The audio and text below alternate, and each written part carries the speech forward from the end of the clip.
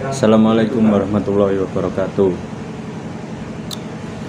Perkenalkan, nama saya Iqbal Sifa Unas dari Prodi Teknik Industri angkatan 2022. Kali ini saya akan membahas tentang sistem produksi.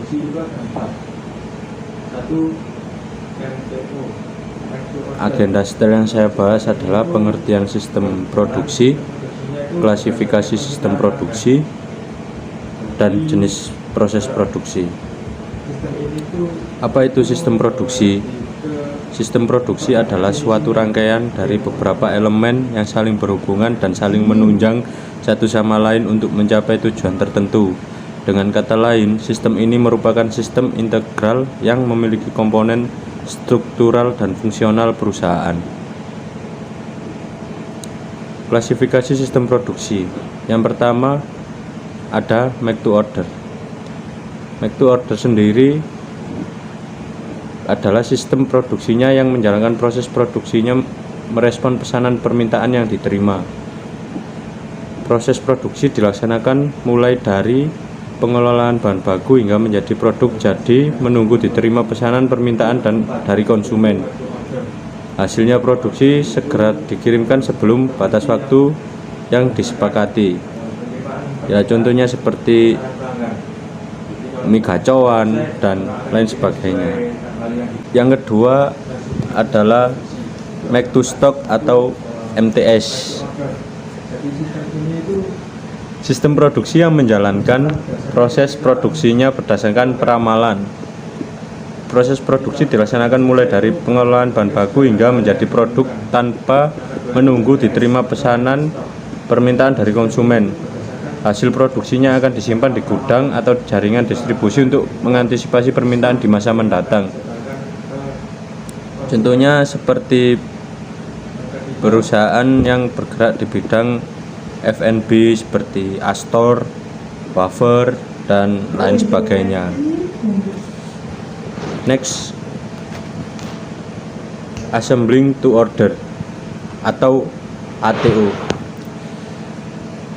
Assembling to order itu sistem produksi yang menjalankan proses produksi komponen untuk menjamin ketersediaan dalam stok dan baru melaksanakan perakitan merespon pesanan permintaan yang diterima.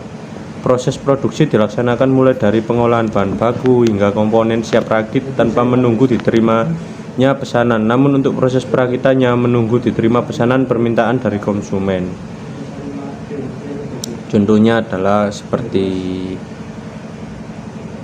pabrik perakitan mobil, motor, serta industri yang perakitan alat-alat elektronik, juga furnitur. Next, kita membahas tentang engineering to order. Engineering to order sendiri adalah sistem produksi yang menjalankan proses produksinya merespon pesanan permintaan yang diterima dengan aktivitas perancangan sebagai sentral. Saat pemesanan datang, merupakan titik awal produk mulai dirancang eksklusif sesuai dengan kegiatan konsumen, termasuk bahan yang digunakan, sehingga bahan baku tidak memiliki persediaan di gudang dan baru dilakukan dengan pengadaan saat perancangan sudah dikonfirmasikan pada konsumen. Contohnya sendiri seperti pembuatan perhiasan ataupun barang-barang yang inden. Next, kita di sini ada gambaran make to stock, make to order, assembling to order, dan engineering to order. Di sini make to stock sendiri kita gambarkan di seperti yang di layar ya. Bisa kita lihat customer order decoupling pointnya sampai store.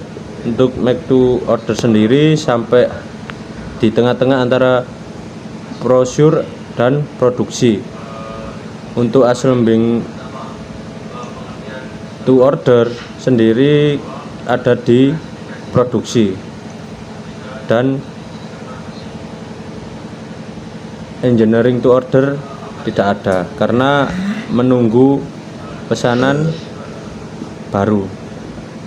Lanjut, kita ke jenis proses produksi. Ke jenis proses produksi sendiri ada 4, yaitu job shop, batch production, continuous, dan repetitive. Kita akan membahas tentang job shop. Job shop adalah sistem produksi yang menghasilkan produk-produknya dengan aliran atau urutan proses yang beragam. Urutan proses satu produk dapat menjadi aliran balik produk yang lain. Pengaturan sumber daya mengikuti kemiripan fungsional proses. Material berpindah sesuai dengan kebutuhan proses berikutnya. Contohnya seperti di pakaian,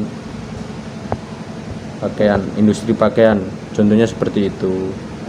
Ada juga di pabrik-pabrik seperti sepatu, sabuk, dan lain-lain. Yang kedua, batch production. Production sendiri itu sistem produksi yang menghasilkan produknya dengan memproses secara bersamaan satu ukuran di setiap proses dengan sekali setup. Aliran atau urutan proses dari masing-masing produk adalah mirip.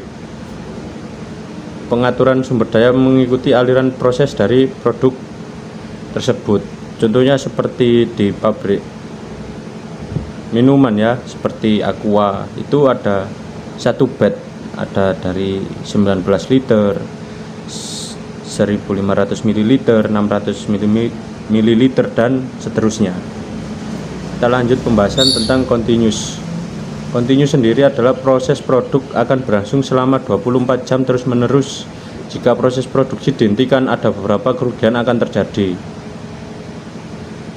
Contohnya seperti di pabrik wafer, makanan, itu kalau kita berhenti, kita akan setting mesinnya itu sangat lama, jadi prosesnya itu berkelanjutan selama 24 jam terus menerus.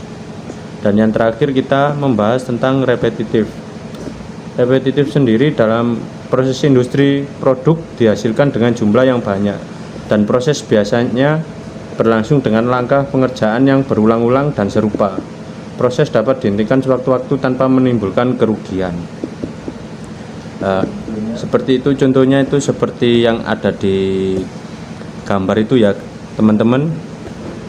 Perakitan sepeda motor, terus pembuatan kue juga itu termasuk repetitif. Jadi sewaktu-waktu berhenti, perusahaan tidak akan mengalami kerugian yang signifikan karena sesuai dengan pesanan yang ada.